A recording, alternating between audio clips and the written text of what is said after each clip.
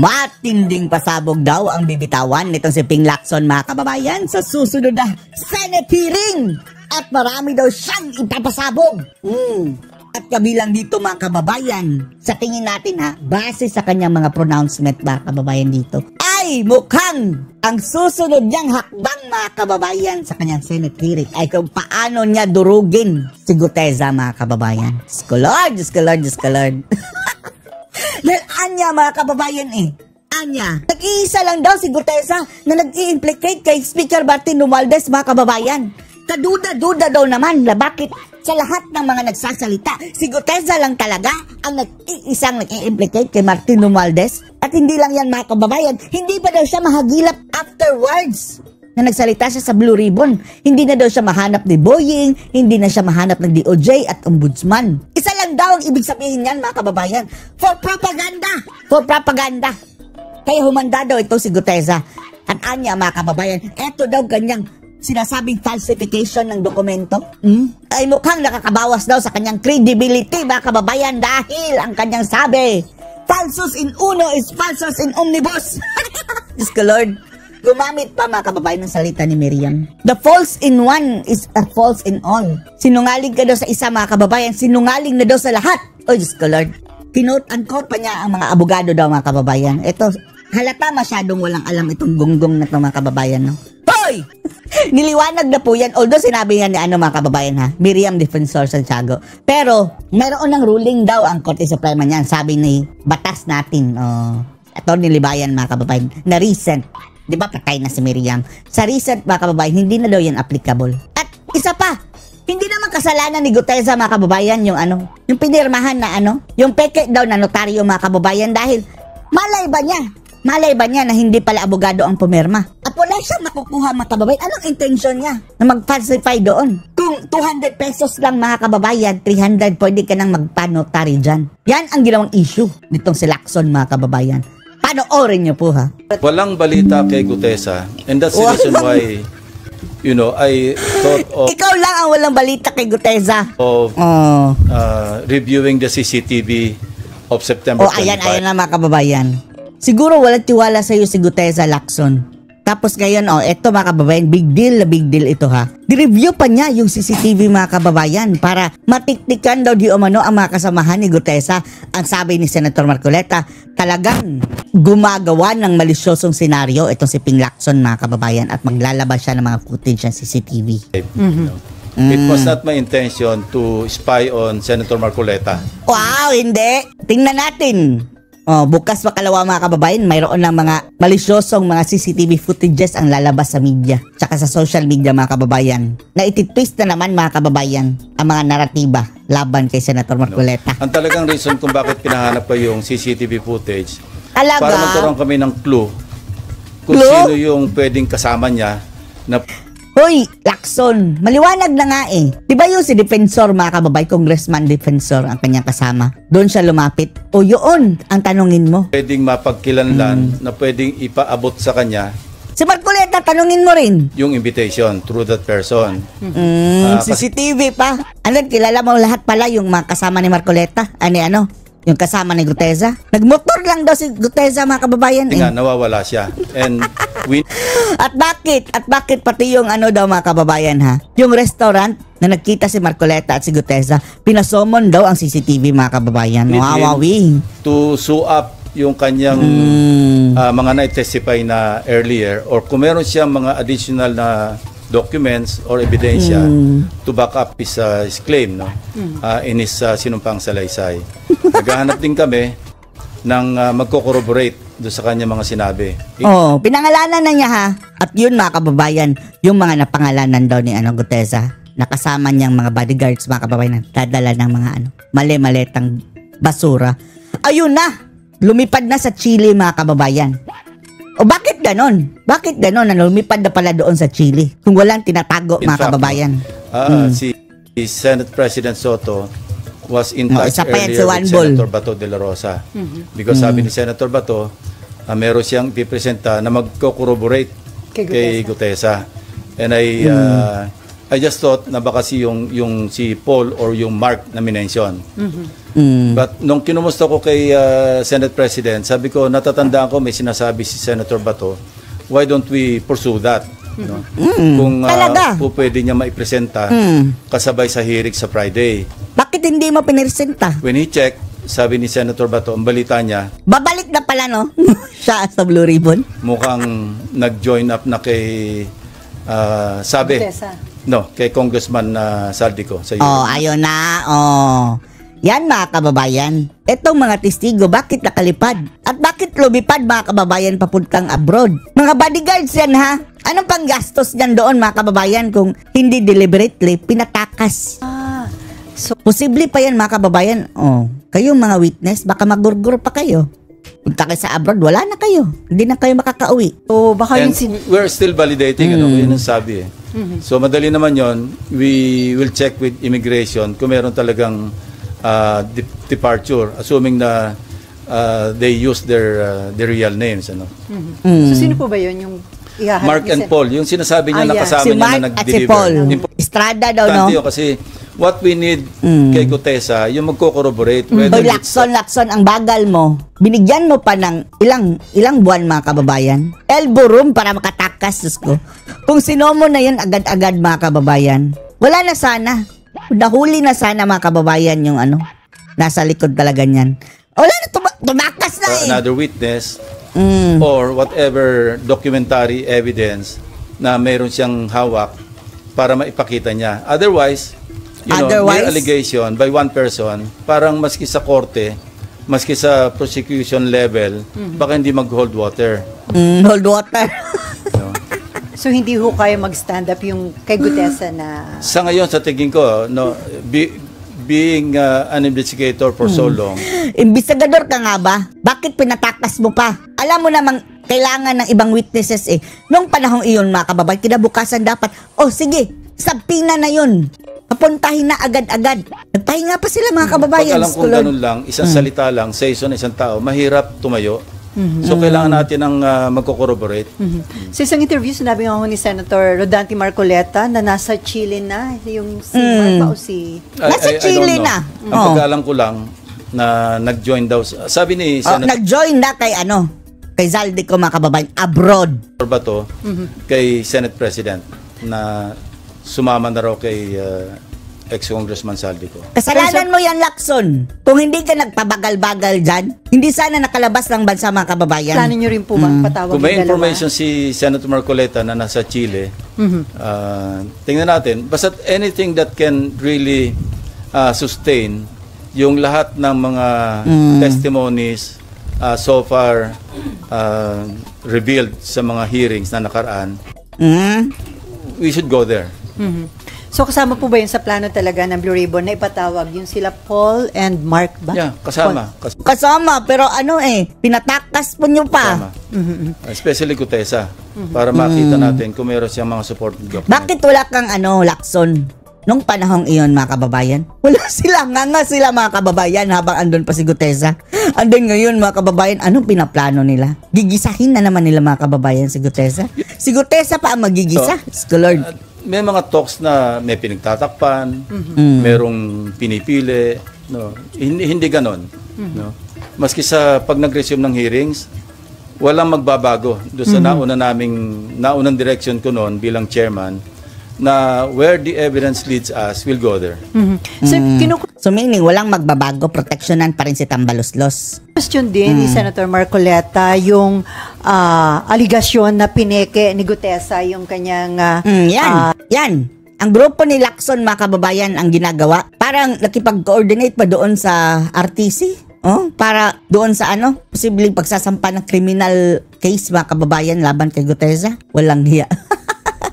Findings niya, kasi pinaforensik niya yung DARD or specimen signatures ni Attorney Spera, kinumpare doon sa question document. Meaning, yung kino-question na sinasabing hindi niya pirma. Hindi nga nang match eh. Hindi naman kami yung nag-conclude kundi NBI plus yung... alam niyo naman kung sino andyan sa NBI. At yung mga nakadetain po dito sa Senate, sir? Yung mga hinahawakan na ng ombudsman at saka yung investigation. Wala na mga kababayan tungkol kay Gutesa. Naglag. Parang nasabotahe ang internet, mga Kung ano yung kababayan. kakulangan na pwede ma-contribute pa ng Blue Ribbon Committee sa mga hearings, pwede pa rin namin i-pursue. Pero kung Pursue mo! repetitive na at naipadala na, kasi I remember when I gave flash drives kay Secretary Vince Dizon, ito yung pinanggalingan nito, yung dalawa kong privilege speeches. Binigyan ko yung acting ombudsman at that time, si acting ombudsman Vargas. Binigyan ko si dating ICI advisor Mayor Magalong. Binigyan ko si Secretary Vince Dizon. Sabi ko, kompleto Bigyan mo na yan. na lahat. Actually, pwede na ako mag-file ng kaso based on the evidence contained in those two privilege speeches. Kasi kompleto naman talaga yun videos, documents, yung mga falsified documents. Ang daming ebidensya, mga kababayan, walang nakasuhan. Yung pagkasingil, nagbayad, lahat nandoon naman na.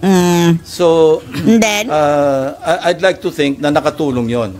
Kaya naka-ready na sila mag-conduct ng preliminary investigation. Katunayan, puro preliminary. Bulacan saka Oriental Mindoro nga yung inuna nila, di ba? So, but we're not stopping at Bulacan and Oriental Mindoro. Kasi pasok ng pasok lahat yung mga information. Kayo mismo sa media. Di ba? Ang dami nyo na nakakalap na ebidensya because people... Puro diskaya. Wala man lang ebidensya laban doon kay mga kababayan SunWest na pagmamayari ni Zaldico? have become conscious at saka talaga naging kaya natin para talaga masustain yung effort ng government to really get to the bottom of all these issues, all these anomalies. At Hoy, Lacson, paano kayo mapupunta sa bottom? Nililihis nyo nga, ini-stop ninyo sa tuwing mayroong significant na findings, mga kababayan, na maglilink kay Tambaluslos. Bottom pang mukha mo pinagsasabi mo. Para mapanagot talaga, yun dapat managot. Managot o bakit managot? Kailan naman Tapos, ulit ito? After 5 years? After ay, 10 nako. years? Lacson, So, walang pisot. katapusan. It has become a vicious cycle. So, yun. We're there right now and we intend to continue. So yung iba Sa na katapusan ng mundo. nakapag-testify, kung repetitive lang din, hindi na po paharapin. Yeah, pwedeng hindi na paharapin. At kung... Lalo-lalo pwedeng na yan, nandyan sina sila, Bryce. pero Yan sina, mga kababayan, si Alcantara at Bryce, paulit-ulit na lang. Hindi na natin napapaniwalaan, mga kababayan, yung pinagsasabi dahil parang mga tainted na mga kababayan Andun na sa kamay ni na Boying, ni na lahat mga kababayan, mga kabangagan na. kung ang sasabihin nila, nasabi na nila, what for? Parang lang yun, redundant na. Si Senator Erwin Tulfo, yung Vice Chairman ng Blue Ribbon Committee, Tulpok. nirequest na po ba niya na i-issuehan ng subpoena ducis tecum yung ledger na mag-asawang Diskaya? We intend to issue subpoena duces tecum kina Mr. and Mrs. Diskaya. Move on na kayo, Lacson, move on na kayo sa Diskaya, please.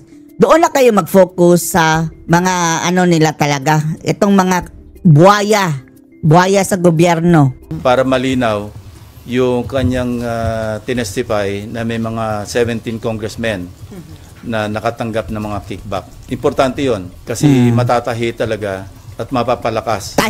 Yung bibig mo tahiin namin. Bakit nyo tinigil nung sinabi niya yon? Ay, naku, itong sina Lacson, mga kababayan. Malay natin, nagsialisa na itong mga buang mga kababayan ng mga kongresista. Yung ebidensya doon sa kanyang tinestify. So, dapat ma-invite po ulit mag-asawang Diskaya. Yes, nandiyan naman si Curly Imbitahin din namin si Mrs. Diskaya at Curly. yung kanilang mai-contribute pa patungo doon sa kanilang The nauna Curly ng Shell. sinabi na may mga congressmen na involved. So sir, itong investigation sa flood control anomaly, sa tingin nyo magtatagal pa o ilang hearing na lang po ito? Well, I think ang lalim pa nito. i-wrap up, at least yung flood. Paano i-wrap up? Hindi pa nga kayo. Yung mga kababayan, yung suspect hindi pa talagang completely na corner mga kababayan ang Tambaluslos na yan. Tapos mag-wrap up na. Control projects, yung GOS at saka substandard. Then we segue to other. The last time we met with the SP and I think Senator Kiko and Senator Bam. Yeah. Meron kami kausap who offered mga civilian na who offered to help us scrutinize yung budget. Meron sila mga resource persons na nag-offer ng assistance. So yan, mga dilawan na naman yung resource person na yan. Yan, sina Carpio. Number one, aalisin talaga namin yung unprogrammed fund, no. Ang program appropriations, matitira lang yung sa foreign assisted, no. Of course, yung sa special purpose, yung contingent, yung mga quick reaction fund, hindi naman pwedeng alisin yon kasi paano kung mayroong calamity. Second, yung full transparency, no. Na-discuss na Full transparency, tapos sikreto lang. With the Senate President, Senator Gatchalian. Tingnan natin ang yabang nito, mga kababayan, ha. Tingnan natin. Tapos makakalusot pa rin yung mga kanilang mga mga kababayan, hocus-pocus dyan. Na hanggang sa BICAM, fully transparent. Hindi pa Fully lang transparent. na-figure out how to go about Ngayon pa nga lang, wala tayong alam, mga kababayan, kung ano nang nangyayari. Hindi na po pwedeng Fully transparent pang mukha mo. merong alien na papasok Alien. sa disagreeing provisions. We will limit, for easier monitoring pati, no? We'll just limit ourselves to putting up a matrix o kaya just juxtapose lang yung House version against the Senate version, and we will confine or limit ourselves to synchronize, no, to reconcile the disagreeing provisions. Hindi na po pwede yung wala naman sa House version, wala naman sa Senate version, papasukan natin ng kung anong version. No, wala na yon. Kasi that's the real intent. Tingnan natin, Tingnan natin, mga kababayan. Especially sa budget. Reconcile the disagreeing provisions. So at least along that line, nagkakasundo kami, and that's a good step para talaga maging transparent yung pagpasa natin ng budget all the way to the BICAM, all the way to the enrolled bill. Sir, parang na-miss nyo yung mga budget hearings. So, pagdating sa plenary, doon ba kayo babawi? Yeah, kasi na-immobilize nga ako. I was decommissioned ako for 2 weeks because of my corneal surgery, no? Kaya, Palusot. But sabi ko sa mga staff, bawi na lang ako sa plenary. So we're preparing for the plenary debates, and I hope I can still contribute my worth, Anong silbi mo? Parang na lang to, mga abogado na lang to ni Martin Romualdez, mga kababayan. Mga detractors. Mga detours. Yan ang kanilang purpose. Sa pagpasa ng budget. Sir, balikan ko lang yung sa hearing. Invited na po ba sa next hearing si former Congressman Saldico and former House Yes. Speaker Bakit invited lang? Sampina na, Lacson. Sampina. Martin Romualdez? Although yung kay former speaker, although we will invite him through Speaker Boji D, wala naman talagang direct na pag-implicate sa kanya except yung statement ni Gutesa, but we'll give him the opportunity. Uy, Lacson. Ikaw lang ba? Ikaw lang ba ang walang alam? Lahat ng mga kababayan alam.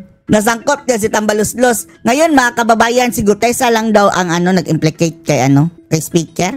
Ha? Sa tingin mo talaga walang ilalaman si speaker? Ngayon pa lang, Lacson, alam na namin yung mo, kababuyan mong plano. To respond. But again, observing in the observance of interparliamentary courtesy, course namin courtesy pa rin. Tapos yung nagnakaw sila, may courtesy ba sila? Ay nako. Through the speaker. Yung kay Congressman ex-Congressman Saldico will send the invitation. Ngayon, mga kababayan, ang mga magnanakaw ang binibigyan ng courtesy doon sa kanyang established na residence. Kaya lang, sir, yung Office of the Ombudsman, mukhang dun sa last known residents, parang they refuse to accept yung pinadala ng Ombudsman. Well, it's up to them, no? Kasi kung hindi mahid yung invitation, ang susunod subpoena. At kung hindi pa rin siya sisipot, based on the subpoena, then somebody may move for the issuance of a contempt citation and eventually a warrant of arrest. At yung warrant of kailan? arrest, sir, yun pwedeng hingi. Ito, mga kababayan, talo ang Senado, mga kababayan, sa hiringan kumpara doon sa Kongreso. Yung sa Kongreso, araw-araw, mga kababayan. Pero nung naalis si Romualdez, pina-stop ni Sandro Marcos, bakit natin ibibisigan ating sarili? Hindi pwede. Dahil ang sabi, mga kababayan, ni Chavit, yung si Sandro, mayroon ding mga flood control doon sa Ilocos Norte. Kaya pinatigil, mga kababayan. Pero nung umarangkada, kahit pa iba ang direksyon ng mga kababayan. Pero ang bilis nila. Ang bilis mag-hearing mga kababayan. Itong Senado ang bagal. Ang tulong ng Interpol para arestuhin kung saang bansa siya nandun? Probably, kasi valid naman yung warrant of arrest, yung i-issue ng Senate.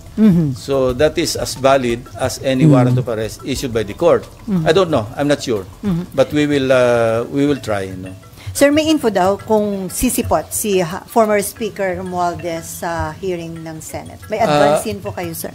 Wala. Iniintay ko yung feedback niya or feedback ni Speaker D. Yan mga kababayan, dapat gisahin yung demonyong yan. Tingnan natin mga kababayan ko, hindi magsasalapig yung yan. Pag pipilipit ang dila, bulol yan mga kababayan Si Romualdez, parang bonjing talaga. Typical na bonjing magsalita mga kababayan. Julul, ang bulol. At saka, dating Speaker Romualdez din kay SP Soto.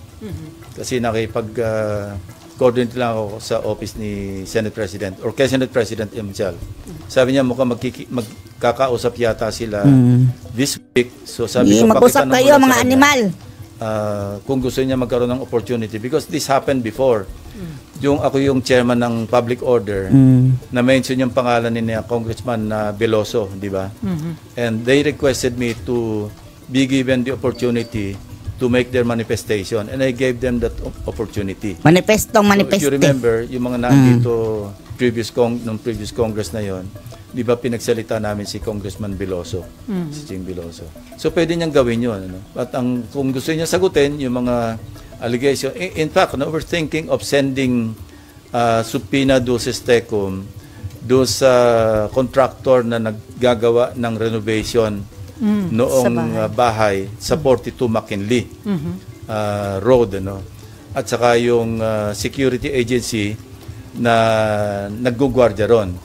So, kung meron silang logbook, ipapadala namin yung logbook dito to find out if indeed between the period December 2024 hanggang August 2025, I believe yun yung period na sinasabi ni Gutesa na nagde-deliver sila ng pera do sa 42 McKinley Road.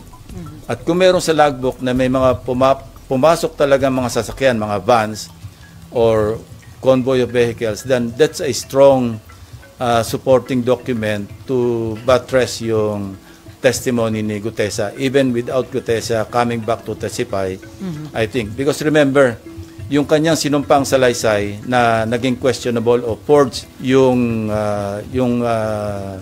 notaryo, that's invalid as far as yung kanyang sinumpang salaysay kung gagamitin ito sa other sa prosecution. But as far as the Blue Ribbon, yung kanyang sinumpang salaysay as read doon sa kanyang sinumpang salaysay na written, valid yun because he was administered this oath and ang presumption is totoo lahat yung sinabi niya sa Blue Ribbon hearing noong September 25. So sir, hindi applicable kay former Speaker Romualdez yung pwedeng gawin kay Saldico na kapag hindi humarap, i-issuehan ng subpoena, kapag hindi pa rin humarap, ay congressman siya. So hanggang invitation lang ang pwedeng gawin. Yes, through the Speaker. Sabi ko nga, interparliamentary courtesy. And by the way, I'd like to clarify, yung interparliamentary courtesy, ito'y binibigay do sa institution, hindi sa tao. Kaya nga interparliamentary courtesy kasi courtesy ng Senado sa lower house and vice versa.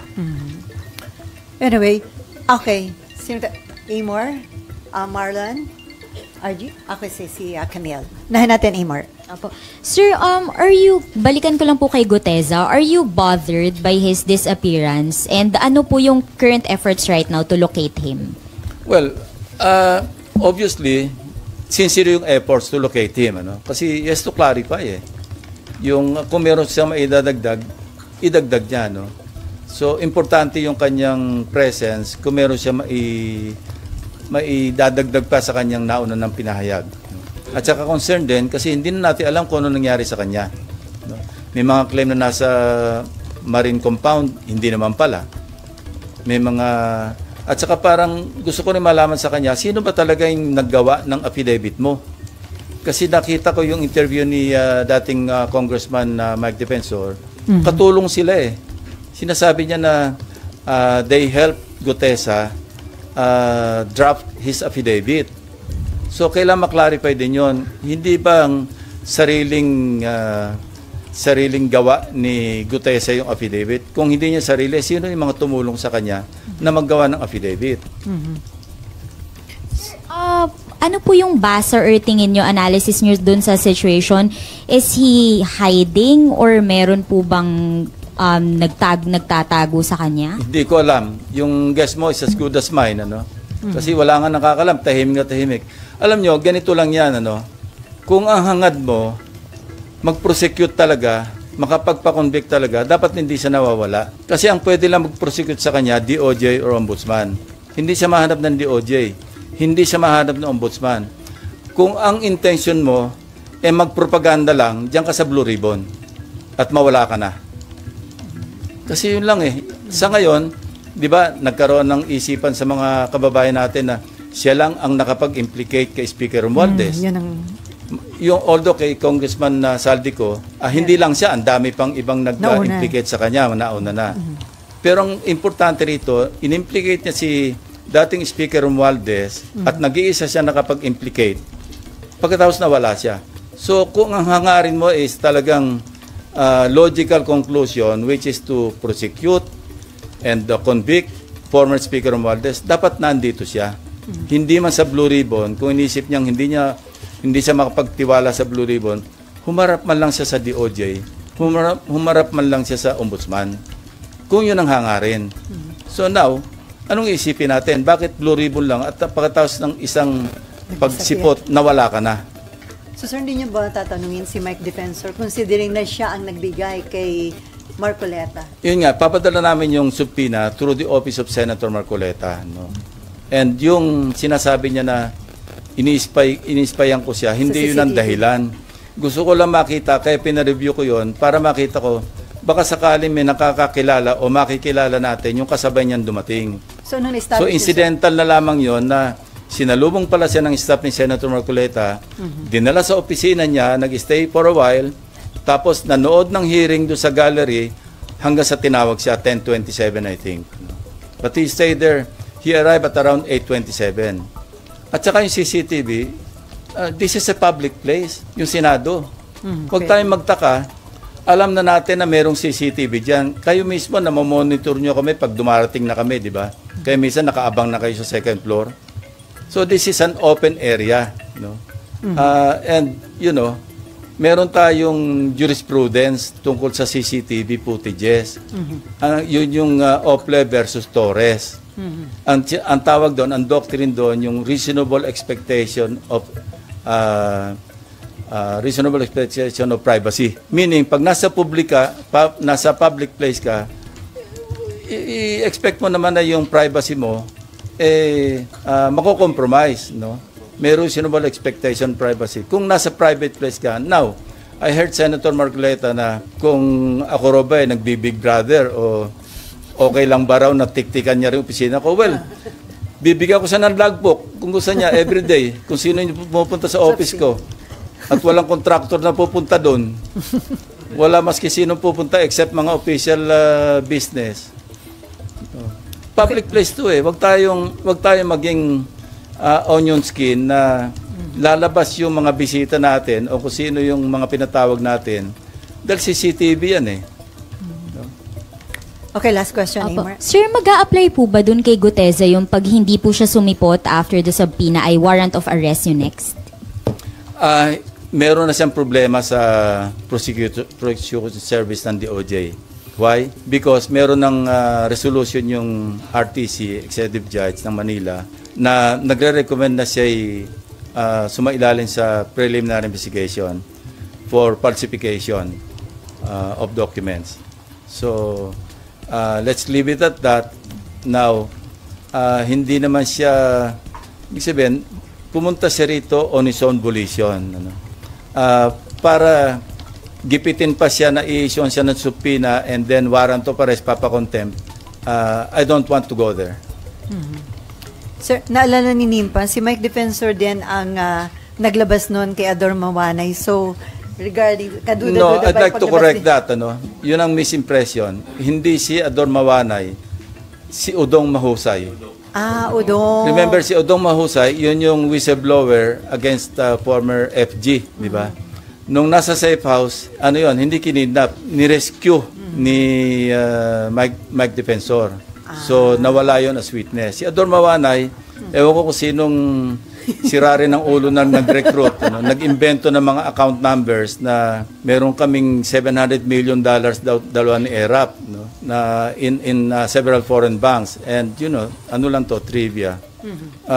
I myself, kasi nag-aalala ko noon, baka mamaya dinipositohan nila ako ng pera sa Hong Kong na i-withdraw nila lang na para maipakita lang na meron akong account na ganun kalaki sa Hong Kong. So ako mismo nagkusang loob noon, I wrote the regional director of HS HSBC? No, hindi. Ano ito? Hong Kong. Yung isang bangko. Anyway, na nag-reply, ang sagot sa akin, yung pattern ng account number ni Mawanay, pattern ng account number ng credit card, hindi ng bank account. Doon pa lang alam ko na nagsisinungaling siya. And by the way, Victor Corpus, siya kasi nag-handle, after 10 years or more than 10 years, he approached me through a fellow cavalier na gusto rin mag-apologize personally. And I accepted. Nag-usap kami, sabi niya talagang, I was taken for a ride, although it took him that long to rectify and to apologize. Sabi ko, apology accepted. Even yung one major daily, yung Philippine Daily Inquirer, kasi naging subject ko ng libel case yung Philippine Daily Inquirer. They tried to negotiate with me doon sa aming libel case. Sabi niya, any story that you want, headline or above the fold. Sabi ko, I don't want that. Ang kailangan ko lang to get back or restore my dignity. Maggawa lang kayo ng konting erratum, public apology, kasi talagang for the longest time, yung nagsuffer ako ng gusto. So, this is nothing new to me, yung nangyaring ganyan na nagre-recruit ng witness, nakapanira ng tao, because I've been there. I've done that. So sir, may info ka ba? Bakit si Mike Defensor ang nilapitan ni Gutesa? Tapos si Mike Defensor inilapit naman kay Senator Marcoleta? Hindi importante sa akin yun. Importante sa akin, yung aking trabaho bilang Blue Ribbon Chairman. Yung mga side lights, yung mga distractions, yun ang nakakasira sa investigation. When somebody disrupts the proceeding, when somebody distracts yung attention, hindi tayo makapokus sa real issue, then doon tayo maliligaw. Okay. Marlon, then Camille, and then Raymond, and then Nympha. Na-mention nyo na valid naman yung sa hearing. Pabalik sa credibility, sinasabing forge. Yes, valid, pero somehow makaka-affect sa credibility niya. Kasi di ba sabi rin ng mga abogado, falsus in uno, falsus in omnibus, false in one, false in all. So, hindi ko sinasabing hindi totoo yung sinasabi ni Gutesa sa kanyang affidavit o sa kanyang pagsasalaysay sa Blue Ribbon Committee. Pero hindi ko rin sinasabi na solid yung kanyang credibility. Kasi siya mismo nagsabi, nang tanongin siya, na siya mismo nagpa-notaryo ng kanyang sinumpang salaysay. So, alin dyan ang totoo, alin ang hindi. Hindi na natin alam. And doon din, pag hinimay natin yung kanyang statement, minsan box, minsan maleta, tapos parang hindi kakasya doon sa sinabi niyang isa o dalawang vans, yung iba SUV, hindi kakasya yung 46 na maleta, parang hindi kakasya doon. So these are, if we examine the testimony o yung kanyang yung as narrated, titingnan natin lahat yon. And paggawa ng committee report, pati sa recommendation, kung sino ba yung papelan ng charges, all those things will be considered. Sir, tinry niyo po bang lapitan o kausapin si Senator Marcoleta since siya yung nagpresenta?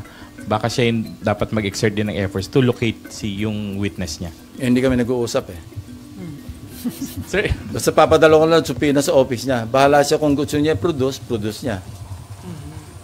Sir, is there a need to invite then si Mike Defensor and then another si Hindi Congress? na, madidistract lang Let's focus on the issue at hand.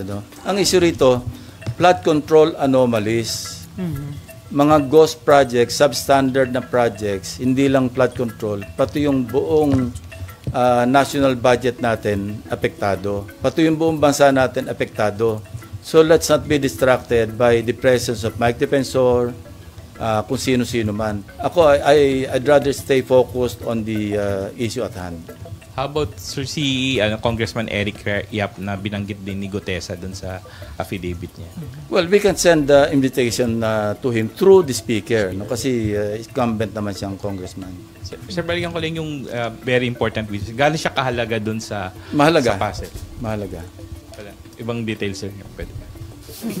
Basta mahalaga. Aabot naman tayo doon. Alam nyo, Christmas is just around the corner. Yung November 14 is much, much closer a corner Just wait. than Christmas. Hintayin na lang natin. Okay, sino ba? Camille, Raymond, Nympha, and then Mav.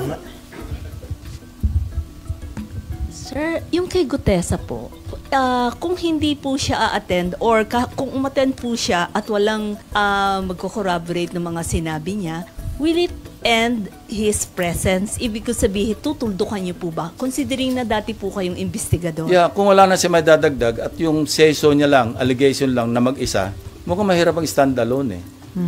So, maski ba sino, halimbawa si Selly, nag-volunteer mag-witness, sinabi niya, nagbigay siya ng pera kay President Marcos, tapos hinto siya doon, papaniwalaan ba natin si Selly? Nang wala siyang pangsuporta man lamang na ebidensya doon sa kanya sinabi.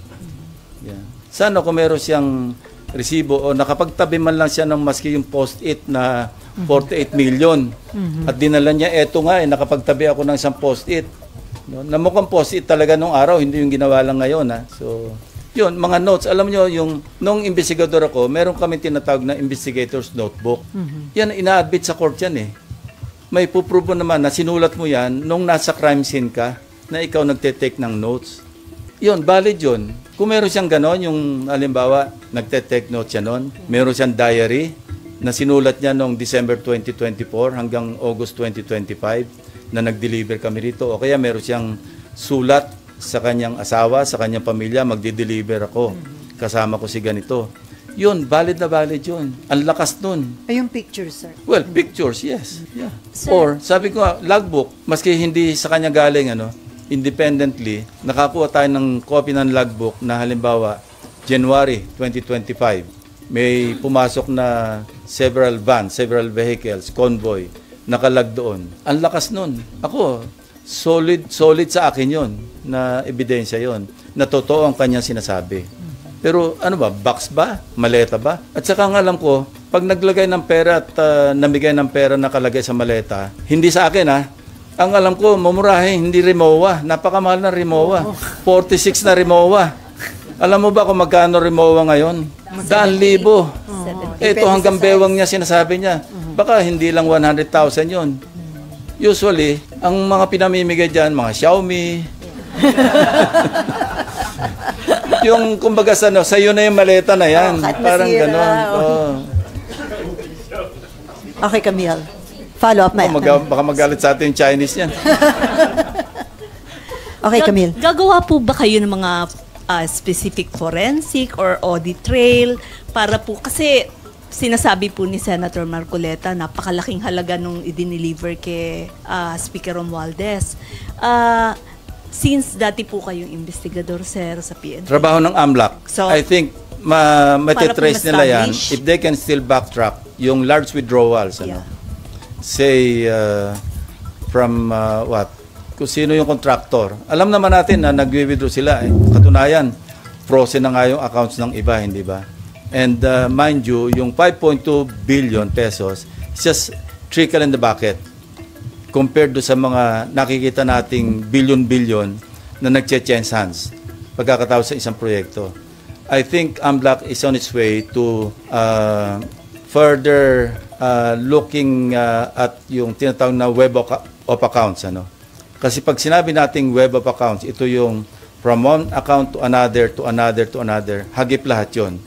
So, I'm just hoping, we can just hope na yung AMLAC will go as far as that. Kasi Importante yun because when we amended the Anti-Money Laundering Act, sinama namin yun web of accounts. Lahat ng nadapuan noong transaksyon, halimbawa ni Sims, at yung katransact niya, nakipag-transact sa iba at nakipag-transact sa iba, hagip lahat yun. So para malaki naman yung ma-recover ng government sa mga, hindi lang contractors, kundi doon sa mga tiwali ng mga opisyal. Congressmen and senators included. Okay, Raymond. Sir, just one point. Sa pagbabalik niyo as chairman of the Senate Blue Ribbon Committee, ano ang naghihintay na kapalaran doon sa 4 na opisyal that are being held sa baba after na ma-contempt sa committee hearing? Well, they may be detained there up to the CNDA adjournment, which is 3 years from now or 2 years from now. Unless makasuhan na sila, sir. Well, pag makasuhan sila and may warrant of arrest, kung merong court order, yung commitment order yung court, then we will transfer them. In the meantime, they will have to stay here. Mabuti na rin yan para kung kailangan din sila, at least madali silang escortan ng OSAA. Ginagawa namin yan In-escortan sila sa ICI, in-escortan sa DOJ, or kung ano yung agency na nangangailangan sa kanila. Okay, Nympha. And then Mab. Afternoon, sir. Sir, dun lang sa particular sa budget po ng DPWH, ngayon, sir, meron na ba kayong ginawa, sir, na pag-aaral kung magkano yung dapat na batapyas, magkano yung dapat na ilipat based sa inyong studies? Actually, meron na. Noong nag-revise yung DPWH, di ba tinanggal lahat yung flood control? That's 255.5 billion. Tinetrace namin kung saan napunta. Kasi walang naiwan doon sa 255 or so billion pesos. Kung saan napunta. And we're trying to find out kung saan. First, in fairness, kasi yung PhilHealth, merong 60 billion na pumasok doon sa House Gov. On top of the initial 112 billion na naka-appropriate do sa NEP, nadagdagan pa ng 60. That's good. Kasi para kailangan niya sa universal healthcare. Yung iba napunta sa farm-to-market roads. Kung saan. Merong napunta sa ayuda.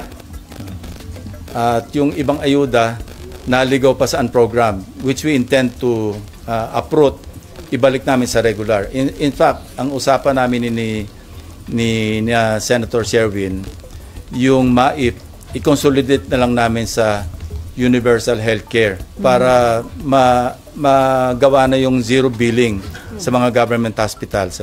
Instead na nakamaip ito na ang nagdi-distribute, nagbibigay ng guarantee letter, mga congressmen at saka senador, aalisin natin yan. Magkano yun, sir? Ang napunta, not so much, I think 20 plus. Billion. Nasa amin yung record. Anyway, billion din yung nailipat sa MAIP.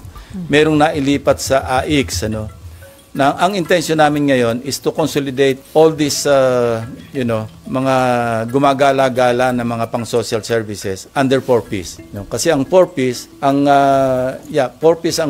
4Ps pa lang siya, sabi ko 112 billion. So pagka na-consolidate namin lahat yung mga naligaw na nanggaling do sa 255, makukumpleto siya, abot siya ng 193 billion. Ang 4Ps, may livelihood, di ba? May education din dyan. Meron din diyang parang ayuda sa mga naghihikaos na mga pamilya.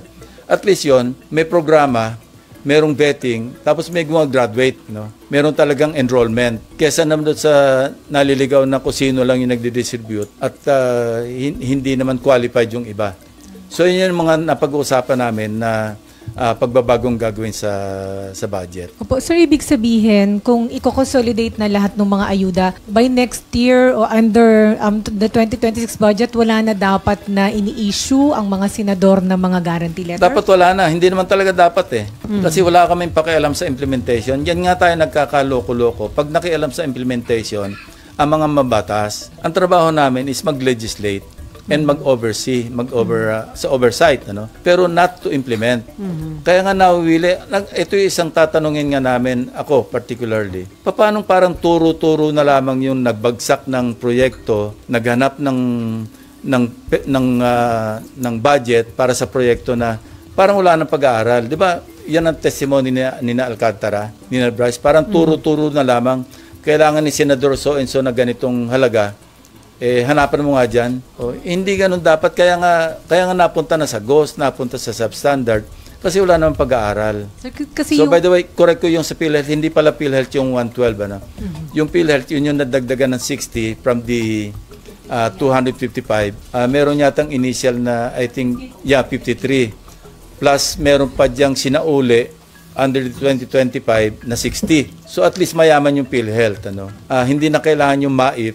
Kasi kung mayaman yung PhilHealth at suportado yung Universal Healthcare Program, may zero billing tayo sa mga government hospitals down to the city or municipal hospitals, regional, provincial, and so forth and so on. Because that's the essence of the Universal Healthcare Act. Yung maging lahat ng barangays covered. Kasi I remember when we passed that, yung kanyang yung low, medium, saka high yan Yung sa low, parang pilot lang yung mga barangays. Tapos sa medium, parang selected barangays. Yung high, ito yung all barangays should be covered. Nag-graduate tayo from low to medium, parang bumalik tayo sa low Kasi nawala ng pondo So mali. Para pa yung mga batas na yung tulong-tunong, meron silang nilagay na 2 billion. Ano ba itong tulong-tunong? Ito na naman yung turo-turo Di ba? Scholar din ng mga legislators. So ilagay na lang natin sa tertiary education. Meron naman tayong, di ba, Pre-Tertiary Education Act na ang iba namang beneficiaries doon nanggaling din sa 4Ps. So gawin natin parang holistic at saka systematic at saka well-studied yung paglalaan ng mga pondo. Hindi yung whimsical, arbitrary at saka patronage ang background. Sir, clarify ko lang po. So, next year, wala na dapat yung hindi na pwede dapat ang mga senators and congressmen na mag-endorse ng medical assistance like Heart Center and pwede naman sila mag-endorse sa mga agencies. Halimbawa, may lalapit yan sa amin. O di, sumulat na lang na pakitulungan nyo ito at kung may pondo dyan, hindi yung mismong yung mag-guarantee letter papuntang ospital. Yung office ng senator, sir, pag nagbigay ng guarantee letter, nakikita po namin, sila nag-endorse like ito, 40,000, yeah, 10,000. May 100,000 pa nga 100,000. So wala na dapat ganun, sir, under the 2026 budget? Well, bahala na yung hospital sana mag-vet o yung DOH kung ilan dapat yung maibigay na tulong doon sa lumapit sa mga legislators. May medical abstract naman yan Tapos merong barangay certification na talagang indigent yung pasyente, hindi ba? How would that be done, sir, po, dun sa budget? Well, pag nilagay natin sa Universal Healthcare, tapos inilagak natin sa mga hospitals, ngayon, pinag-aaralan naman yung pattern kasi may historical naman yan na kung saan yung hospital na malaki volume, kung saan yung maliit lang yung volume. So, yun ang pag-aaralan para doon i-appropriate sa mga hospitals through the DOH. Okay, isa na lang. So, yung sa Farm to Market Road, may napansin po kasi si Senator Gatchalian at nakita nyo rin ho ba ito na dumoble, sir, yung allocation under GAB? NEP versus... lumaki. Actually, maraming nare-align papuntang Farm to Market.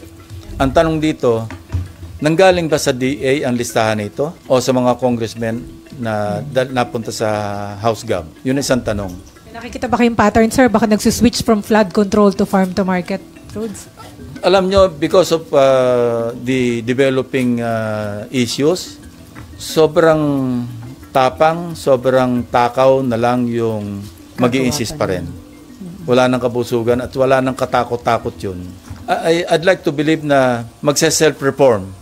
I'd like to believe, na magse-self-reform naman. At least, for a while, maglelo. Pero yun nga, sir, dinoble pa rin yung sa farm to market road. Meron ba kayo nakitang suspicious dito, sir? Or wala masamang... Kaya nga, not checked by DA, sir. Kaya nga unang tatanungin saan ba nanggaling ang listahan itong mga items na nadagdagan ng pondo para sa farm to market? Kung hindi ba justify, sir, ano kung hindi ma-justify ng DA, tatanggalin natin. Sabi nga po ng DA, sir, sa budget hearing hindi nila na-vet We will yun. formalize it in the plenary. Tatanungin natin yung sponsor, the DA through the sponsor. Pag sinabing hindi, dati ko naman ginagawa yan eh. Tinatanong ko yung sponsor, alam ba ng DPWH itong project nito? Pag sinabing hindi, pinatatanggal ko, nakangiti naman yung department secretary.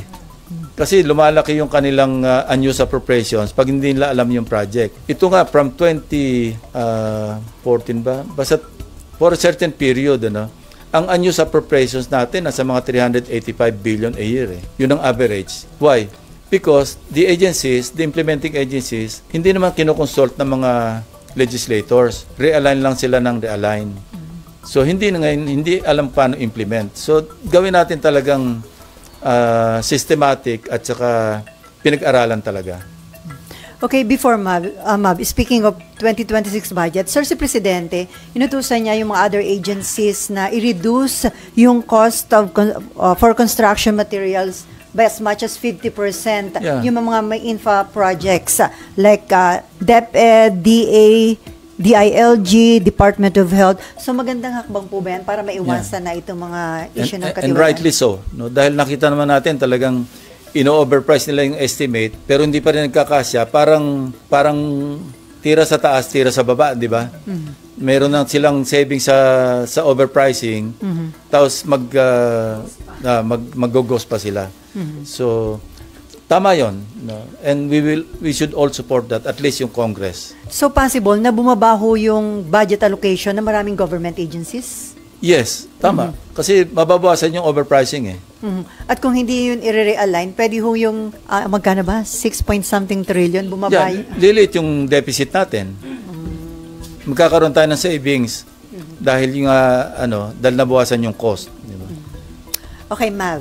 Sir, babalik lang po ako sa Blue Ribbon. Sir, kasi po, di ba naalala niyo yung sa Bulacan Boys, sabi nila 4 silang naghahati-hati dun sa bayad.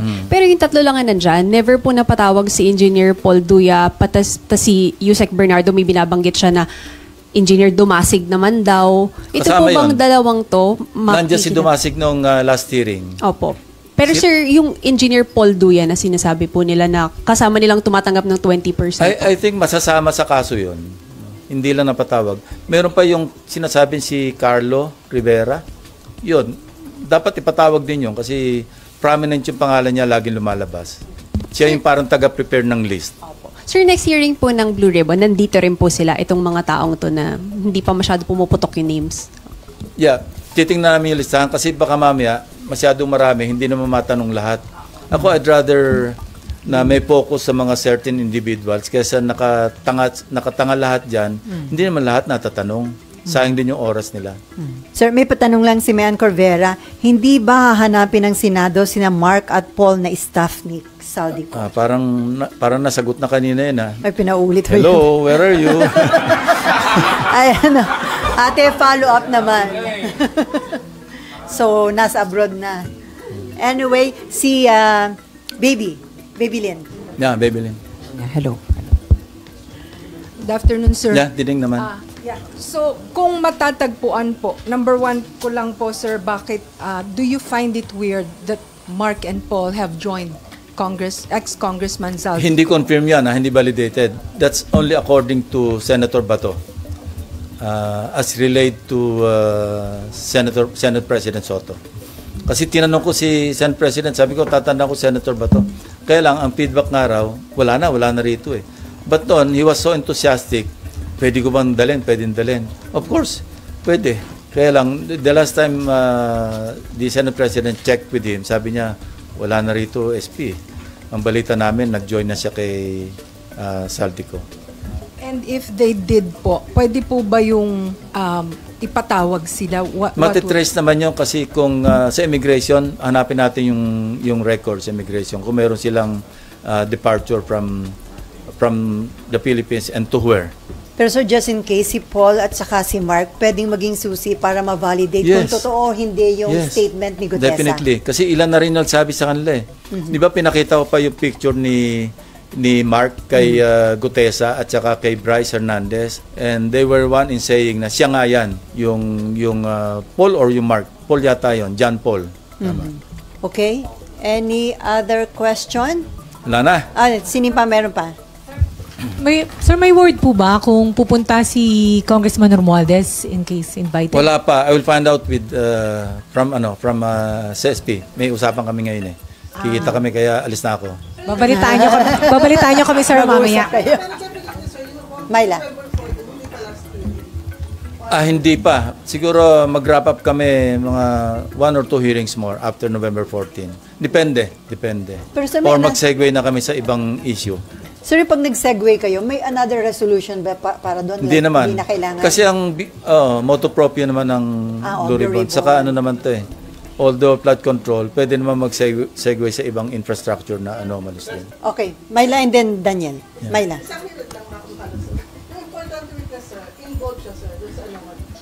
Sige, ikaw na ano. So oo nga, pwede. Sabi ko nga, malapit na naman yung Friday, hintayin na lang natin. Kasi baka mausog eh. Pero sir, na-vet nyo na very reliable. Nakita ko ibang files eh. Kaya lang, hindi pa na-reduce into affidavit. May participation sa sir. Daniel, sige. Sir, kung hindi man matuloy makulong yung contractor, yung sinasabi nila Secretary Dizon, posible ba dito sila magpasko sa Senado, sa kulungan sa Senado? Most probably. Kasi ang sinidyan nga namin, ano pa eh, end pa ng 20th Congress eh. So that's 3 years, 3 years ba yan? So ibig sabihin, sir, kung hindi man sila makulong sa labas, dito naman sa Senado, sigurado? Abutin na sila ng filing na information. Sir, before Asher, sa tingin niyo, nagiging mabilis naman ang aksyon ng ICI, Ombudsman, DOJ, kasi nga para maapis yung galit ng tao. Dahil November 30, may malaki na naman daw rally, di ba? Sa tingin niyo, mabilis naman yung aksyon? Hindi kasi ganun kabilis, kadaling especially yung preliminary investigation. May due process yan eh. Yung PI, 15 days. Meron pang extension. Pag hindi mo naman sinunod yung due process, pwede ka namang ma-technical pagdating sa court. So sana maintindihan ho yun ng publiko. Okay, Asher. And invite niyo rin po ba si former Secretary Bonoan for the next hearing? Probably. Yeah, probably. May mga inaasahan po ba kayo mga information sa kanya, relevant information? Baka, tingnan natin. Sir, may na-mention po kayo yung post-it na memo directed to Secretary Bonoan. I've seen it with my own 2 eyes. So mabigat yun, sir, against Bonoan? Well, that's out of the channel, official channel, or tawag namin, chain of command. Anong business sa isang, say, broker na mga kontratista na magpo-post-it na nag-endorse ng proyekto? Wala. Bakit ini-entertain? The mere fact na mayroong post-it, may memo na may ini-endorse, I think that's highly irregular. So, maraming dapat ipaliwanag si Bonoan, sir. Yeah. Okay, Dexter, and then Nimpa. Last na. Ay. Dexter. And then Nimpa. Good afternoon. Anong mga naunang hearing, lumabas na yung pangalan ni dating Yusek Maria Catalina Cabral na dahil siya yung Yusek for IT and planning. Papatawag ba siya ulit? Kasi halos hindi siya most probably papatawag. Doon sa previous hearing, parang hindi siya masyadong... Gaano kahalaga yung kanyang magiging testimony? Kasi pag maraming masyadong resource persons, minsan nakakadiktahan yung iba. Na pag hindi naman kumibo, hindi naman natatanong. So, yes, thank you for reminding me. Sir, sa tingin niyo, Sen, gaano kahalaga yung magiging testimonya niya dahil siya yung planning for... Mahalaga. Very important. Hindi naman siya yung very important witness. Next question. Very important. Very important. Sir, clarification lang po or ulitin ko lang. Isasabina doon sa STECOM po ninyo yung ledger, sir, ng mga diskaya? Oo. As per request ni Senator Erwin Tulfo. Yes. Para lumiwanag lalo. At saka pag nandiyan yung ledger, that can be used as evidence eh. Na in-expect nyo ba magko-cooperate? Kasi sir, doon sa ICI, they refuse to cooperate. Yeah. Sir? Sabi nila ayaw nila. Hindi naman daw kailangan yung cooperation nila. Better if they cooperate. Pero gusto nila wholesale eh. Gusto nila blanket immunity. Sa dami ng kaso, pwede kang state witness sa isa, applicable pa ba sa iba yon? Hindi naman to isang kaso lamang na, remember, yung requirements sa pagiging state witness, di ba? Ang pinaka-importante yung absolutely necessary, yung testimonial mo, na para bang without your testimony, hindi mako-convict yung dapat makonvict. So, pwedeng pumasa doon, pero again, may corroborate ba yun ng ibang ebidensya? Requirement din yon. Yung not the most guilty, madali-dali yon. Pero on a on a per case basis, mahirap yon kasi iba-iba eh. Pwedeng pasado ka sa absolute necessity sa isang kaso, hindi ka na mapapasa kasi merong ibang testigo naman doon. So, pwede ka makonvict sa iba, pwede ka state witness sa iba. So, ano po ang gagawin ninyo, sir, ng committee kung hindi na sila mag-cooperate, hindi bigay yung ledger? Ganito yung deal. Ako kasi, pagka kumakausap sa witness, gusto ko yung full disclosure. Ayoko nung may pambobola. Ito yung sinabi ko lang na guidance. First, yung sinabi ko kanina, kung magsasabi ka ng pangalan, siguraduhin mo meron kang backup document. Pangalawa, walang maipapangako sa iyo na siguradong state witness or ito yung mga options. Pwedeng ma-discharge as a state witness.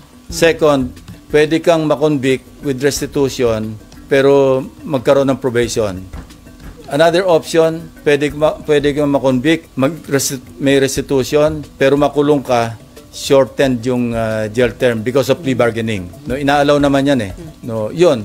Walang assurances na mangyayari either one of the three. Now, it's up to the resource person or witness kung gusto niya talagang mag-witness. Pero ang nangyari kasi, when confronted with strong evidence, mag-iisip din talaga eh. So sir, kasi nakakulong na po si Curly Diskaya kung mag-refuse, kung contempt siya for refusal to submit the ledger. Pwede din bang sir si Sara Diskaya i-contempt kung hindi niya ibigay yung ledger? Alam nyo, pinag-isipan ko na matagal yan eh. Dapat yung mag-asawa, contempt na yun eh. Dapat nakakulong. Pero for humanitarian consideration, may pamilya sila, may mga anak sila. I think may special child pay. I slept over it and thought otherwise. At least merong isang parent na tumitingin do sa anak. Maski pa kung ano kamang kabulustogan yung pigsasabi niya. Anyway, andito may asawa niya. Yeah, I know. Pero that's me. Okay. So consideration yun, sir. Yeah, but I will abide by what the members will say. Kung majority of them sabihin lang i-contempt, ikulong, what can I do? Pero yung kung sabihin na doon sa STECOM will be addressed to the spouses. Yeah. Okay, last two question from Babylin and then kay John Lloyd. Sir, protocol lang po? Kay Robert. Do we have extradition treaties with all European countries where... Not all. Ano po ang magiging susundan? Pero meron silang agreement yung European Union. Maski walang extradition sa isang country, pwede rin siyang kunin, ipadala doon sa country na may extradition. Yun ang pag-alam ko So mahirap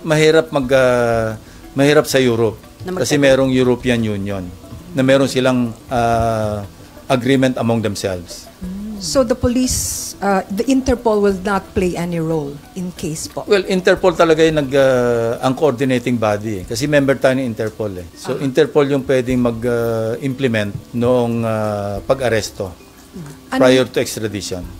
Yung po bang kung magkaroon ng arrest warrant from the Senate, will that hold water for the trigger yun of ang kailangan itanong ko sa legal. Kung yung warrant of arrest issued by the Senate will be valid enough to request Interpol na ilagay siya sa red notice list.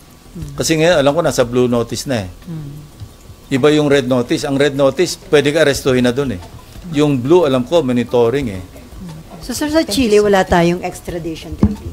I'm not so sure. Kasi sabi, nandun yata, di ba? Sila Mark or... Pero marami immigration laws, pwede naman din silang ma-deport Pag kinancel yung passport. Passport. Yeah. Kasi yung cancellation ng passport, there's this legal opinion. I heard this from a retired justice. No, sabi nila, court lang. Tama yun. Court lang ang pwede mag-order sa DFA to cancel. Pero pwedeng yung parang precautionary. No? Even the DOJ or ICI probably may request a court or file a petition sa court na mag-issue ng cancellation ng order to cancel passports. So, ang importante lang, meron jurisdiction yung court. Kasi without the case or the issue na may jurisdiction ng court, hindi pwede mag-act yung court syempre. So, if there's a petition filed before a court of law na mag-issue ng order sa DFA to cancel the passport or passports of individuals, then pwede mangyari.